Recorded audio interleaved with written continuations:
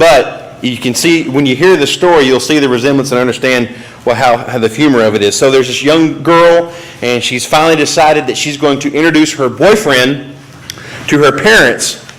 And she hasn't told her parents about this young man, but now that they're engaged, now that he wants to marry her, she feels like that they need to meet. And so they arrange to have him come over. And so she lets the parents know that you might want to just take this in consideration. One thing is that he's a very religious young man, and she likes him. I mean, she likes it that he's religious, and so she just wants the parents to know about that. So he come over the house, and the boy comes up to the father and greets him with a really firm handshake and a strong look in the eye.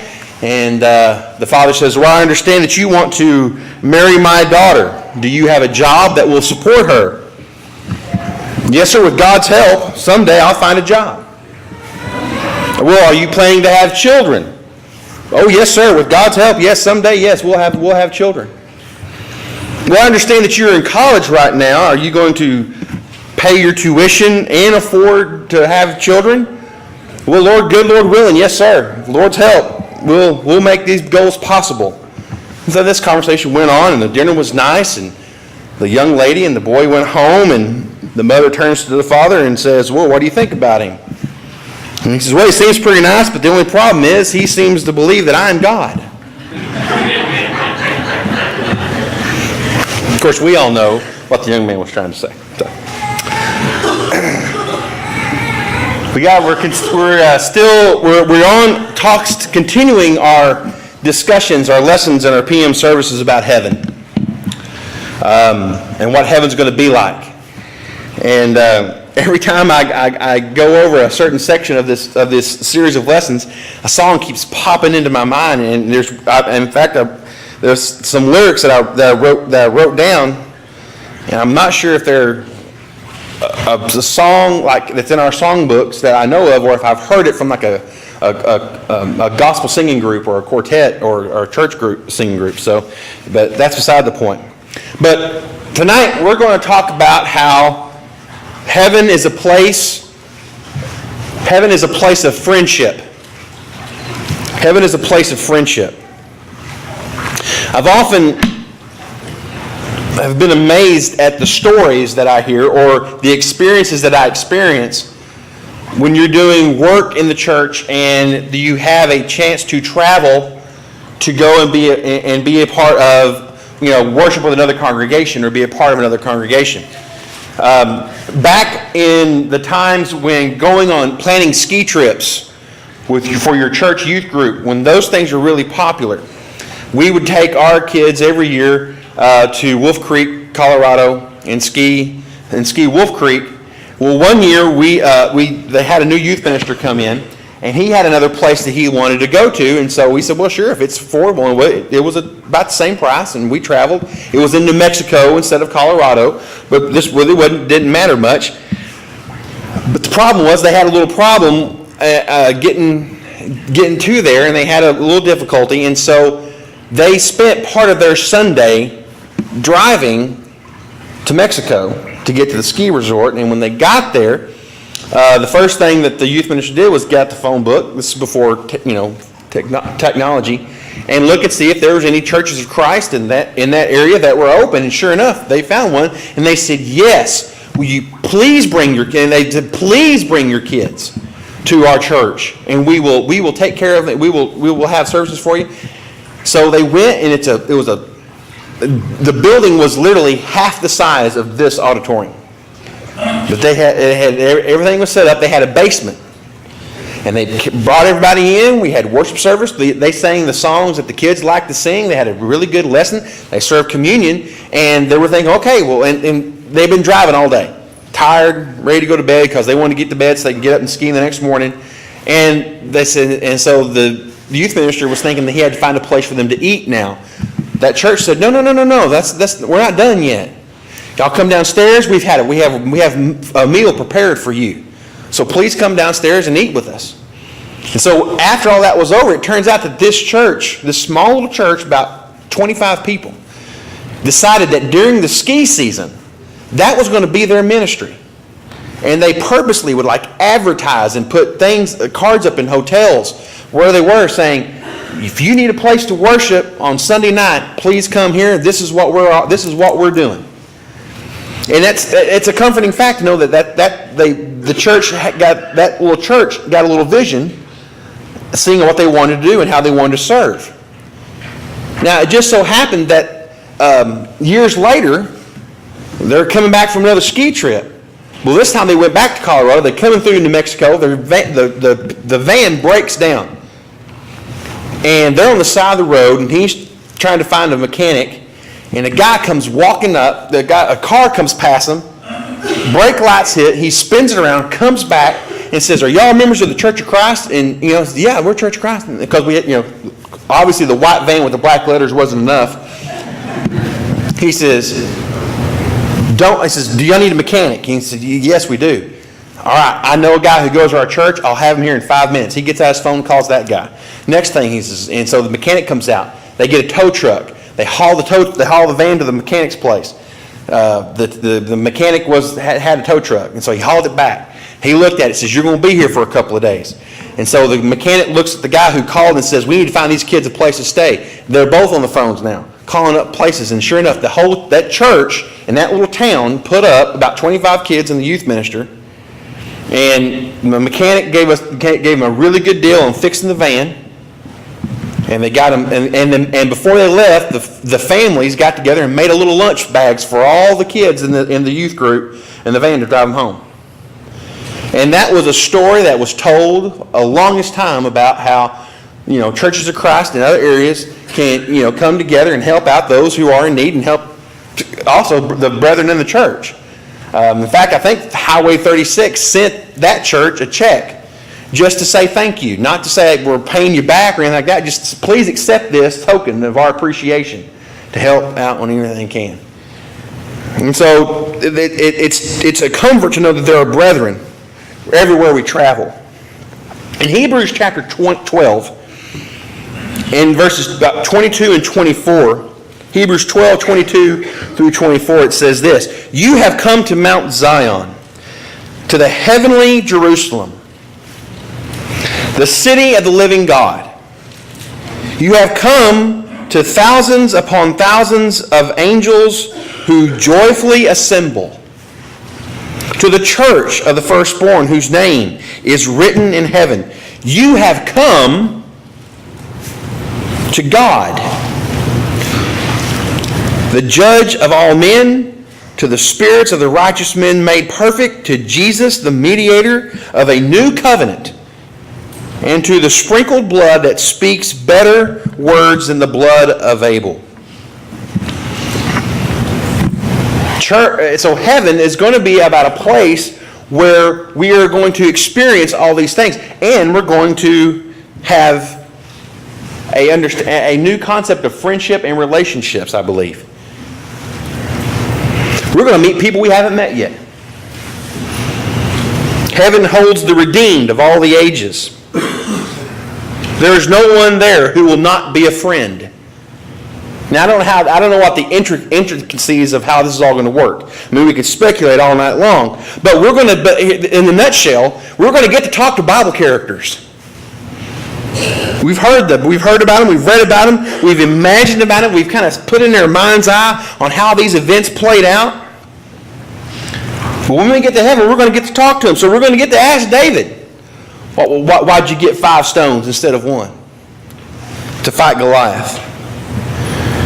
We're going to ask Noah, why didn't you kick the mosquitoes out? We're going to talk to Moses about parting the Red Sea. We're going to ask Daniel about the lions and Mac, Shack, and Ben. We're going to be about the fiery furnace. Talk to Mary about being Jesus' mother. A friend of mine who found out really late that he was in the late stages of cancer. Doctor said, you need to go home and make preparations. Was sitting on his front porch swing, and he would take visitors, and they'd go up to see him, and one of them asked him, what are you going to do when you get to heaven? He said, I'm going to ask Jesus what he wrote in the dirt. I've always wanted to know that. Not only will we see and speak with Bible characters, but we will also get to have another kind of reunion. And this is a reunion of the close-knit family, like no other reunion. In 1 Thessalonians chapter 4, verses 13 through 17, it says this: "We who are still alive and are left will be caught up together with them in the air, and so we will be with the Lord forever." I'm looking forward to seeing Daddy Chrane and Pappy, who died before I was born, both my grandfathers.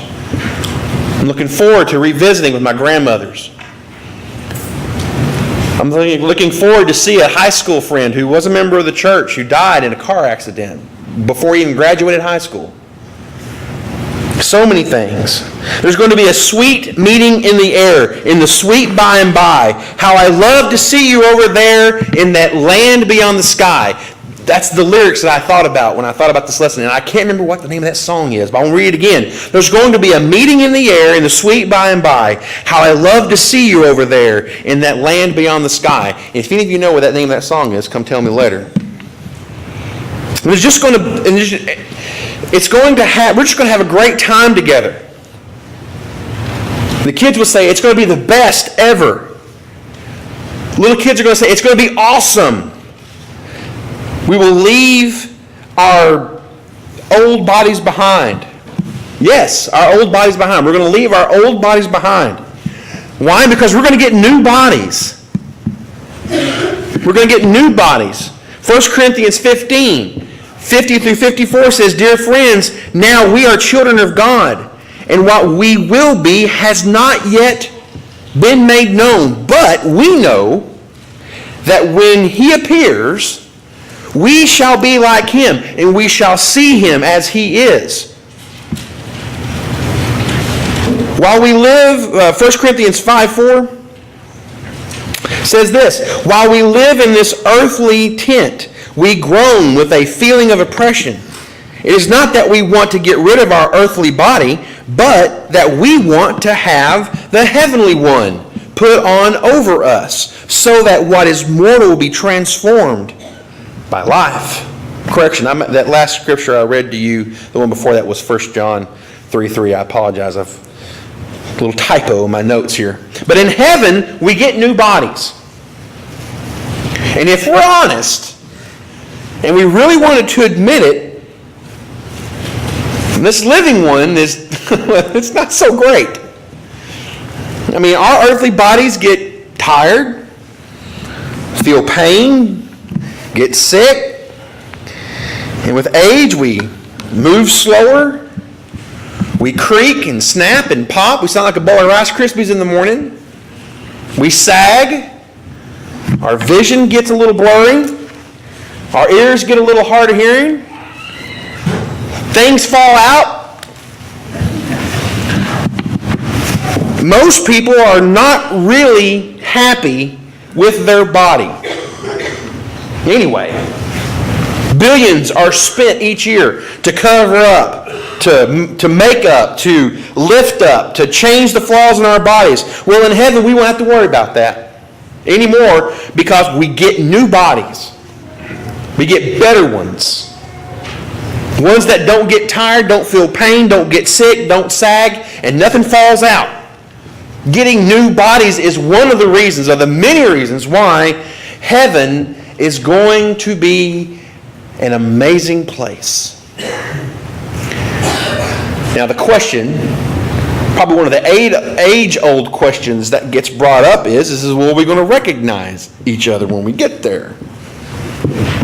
Well, I thought about that. I mean, like I said before, I don't know how all this works specifically. I don't know if we change so much that we don't, our physical appearance gets changed, and so therefore, for the first couple of days in heavens, we got to wear those tags that says, "Hi, my name is" on them. I don't know how that's going to work out. But I do know this. In 1 Corinthians chapter 13, verse 12, this verse says this: "Now we see," now, and you got to read it the way I think it's supposed to be written. "Now we see but a poor reflection as in a mirror. Then we shall see face to face. Now I know in part. Then I shall know fully, even as I am fully known. So answer this. Do we recognize loved ones here? If your friend from out of state comes down to see you, knocks on your door, and you open it, and it's your cousin, and you see him, and you know him, you say, "Hey!" And then the next thing is, "What are you doing here?" And then probably some of you say, "You're not going to spend the night, are you?" But you recognize them, right? You know who they are. Well, we know, so will we know less in heaven than we do now on earth? Now you think about that question. Will we know less in heaven than what we know now on earth? I believe the question is no. Why? Because we just read the scripture. Then shall I know, even as I also am known. When David and Bathsheba had their first child, we all know what happened. The child was born, was ill, nothing could be done about it. What does David do? Gets rid of his crown, gets rid of his good clothes, puts on sackcloth, covers himself in ashes, and he goes to the temple, and he doesn't leave the temple. And he prays, and he prays, and he prays that the good Lord might spare that baby's life. To the point that when the baby dies, someone has to go tell David, and they're afraid to go into the room to tell him. And finally, David hears them. And he speaks up, he says, "Has it happened?" And I'm paraphrasing here, and they say, "Yes." And when he hears the word yes, he gets up, gets rid of the sackcloth, washes himself off, puts on clean clothes, and orders food and starts to eat. And the men are confused. The king, when the baby was dying, you were this way. The baby is dead, and now you're this way. 2 Samuel 12:23. David was heartbroken, and he cried, Can I bring him back again? No. But what does David say?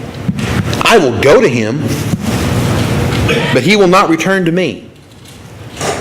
David was confronted that he could go to this baby. There would have been no comfort if he could not recognize his son when he got to heaven.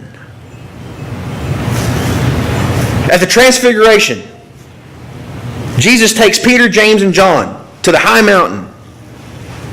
And there Jesus is transfigured. His face shines and his clothes are bright as white.